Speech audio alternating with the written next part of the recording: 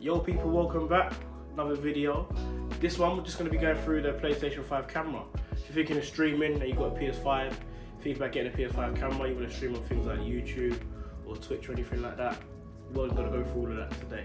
I've personally got the camera myself and I've had it for a few months. I've used it for quite a bit of time on my PlayStation 5 before I ended up getting onto PC and gaming on my PC.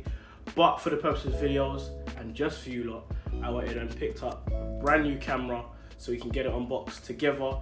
You guys can see what you get in the box, and then I'll run you through some settings as well so you can see what it's like and how you can sort of edit it on the PlayStation 5 setting. So yeah, let's go. And yeah, once you buy your camera, pretty much this is the box itself that you got. So obviously you just got basic stuff, image of the camera itself on the front. If you turn it around in the back, it sort of breaks down obviously like a few features of the camera. So you can see that it's 1080p HD capture, background removal tool, and built-in stand. But yeah, let's get this box open and have a look, see what we've got in there. And yeah, once you got it out of its box itself, like you can see another little box here, and voila, the camera itself. All nicely packaged up from Sony. Connection that is on the end of the cable is USB-A connection. So obviously, ideally you want to plug USB-A connection into one of the USB-A ports that you've got on the back of the PlayStation 5. But yeah, let's get this out of the packaging and plug it into the PlayStation, and next time I see you, we'll be going through some settings. So yeah, once you've got your camera connected to your PlayStation 5, first thing you're going to want to do, guys, is head over to settings, just your top right hand corner. And then you're going to want to scroll down to captures and broadcasts. And if you go just on the where it says broadcast, you can see the middle option there that says camera. So just go in that and see what it's saying. So once you go into it, you've got the top option where it says display camera. At the moment you can see that it's off, but let's get that on. Let's see what it's looking like.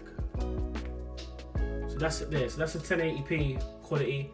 It runs at 1080p, which is pretty much full HD at 60 frames per second. All right, just in case you're wondering, should I say, about the like the frames of how smooth it's going to run. So it runs at 60 frames per second, which is good. It's good. You've got all your options just underneath here, so I'll run you through pretty much all of them. And yeah, you can obviously tweak them when you get your camera, or if you're, you know what I mean, thinking about grabbing one for yourself. So yeah, you've got the size.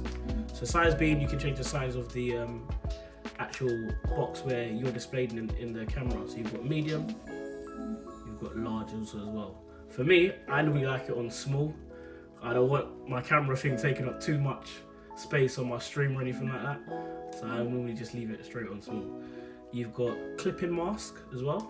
For me, my personal preference is none, but all your other options you've got is circle cutout. You can see it sort of changes like the frame itself of the stream. You've got square cutout as well. You've also got hex cutout, auto key, and with this you can change the depth and everything as well of it, which is really good. You've got edges as well. But again, for me, this is not an option that I use, so I sort of just leave it on default. And the last option is chroma key as well, which is when obviously you can change the level of it, how strong or weak you want it also. But for this, let's put it back to none, because obviously that's the option that I've used it on, and if I do stream on my PlayStation 5, these are my settings which I'm going to leave it on. You've got flip horizontally as well. So again, for me, you can see I've got this off because that's how I use mine, but you can have that turned on and it will flip things on the opposite side. You've got effects. Let's see, you've got comic, which obviously gives yourself sort of like a little comic look. You've got pixelate, which in my personal opinion is not the one because I can't see jack right now. You've got scan lines, which is not too bad, little black and white theme. Obviously you can see the little scan lines going through it. You've got toy camera as well, which ain't looking too bad, looking kind of good. And you've got monochrome as well, which again, another little black and white theme, but without obviously the scan lines that you previously had. Next one just below that you've got is brightness. So obviously depending on the room that you're streaming in, if your room is let's say if it's got a lot of natural light in there and it's well lit or anything like that, I guess you don't really need your brightness too bright on there. You can sort of pretty much have it like in the middle of how I've got mine. You guys can see like the brightness behind myself from even like a little window that I've got there. You've got the contrast as well, which again you can lower it down or bring it back up. I think for myself, I've got my contrast on like about 40%, I'd say. And then your last option is your transparency as well. So right now my transparency is off because when I'm using my PlayStation camera and I'm streaming, I want people to be able to see like fully myself and not be sort of like struggling to see what I look like or anything like that on the game. You can have it, I guess, with a little bit of like lightness to it. So then obviously if you're playing certain games where there's like maybe like really important information on the screen, maybe you want your streamers to see or you want to see, don't want to miss out on, but you still want them to obviously be able to see yourself and to be visual, you can have this increase slightly. But for myself, I keep this one at the bottom. That is pretty much all the settings you're going to get in the camera itself. What I'll do for you guys now, let's start up a game, get connected to my YouTube, and you guys can actually see what it looks like live on the stream. So yeah, catch you guys in a second. Right, let's go guys, there we are. So now we're streaming on YouTube, playing a bit of Spider-Man 2.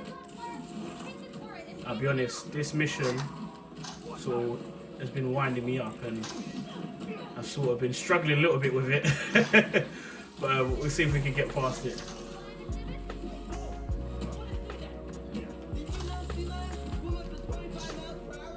Let me know what you guys think as well, the camera quality while I'm streaming as well. Is it good? You guys think it's a bit that quality's poor or anything like that? Can you guys see me clearly and everything? Let me know. You can leave a comment or anything like that. Don't worry, I'm not gonna stay on this for long. I'm just gonna give you guys a little preview.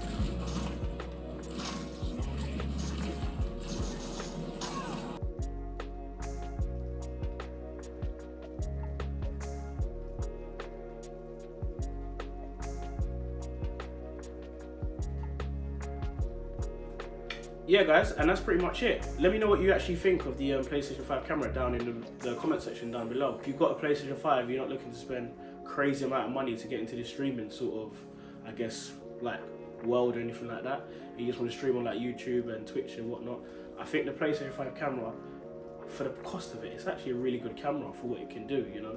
You literally connect it to your PlayStation 5 and that's it. Maybe like edit a few settings and that's all you got to do and you're good to go, you know. You got a face to put on your streams and your viewers can, you know what I mean, sort of see what you look like and it's more entertaining for them.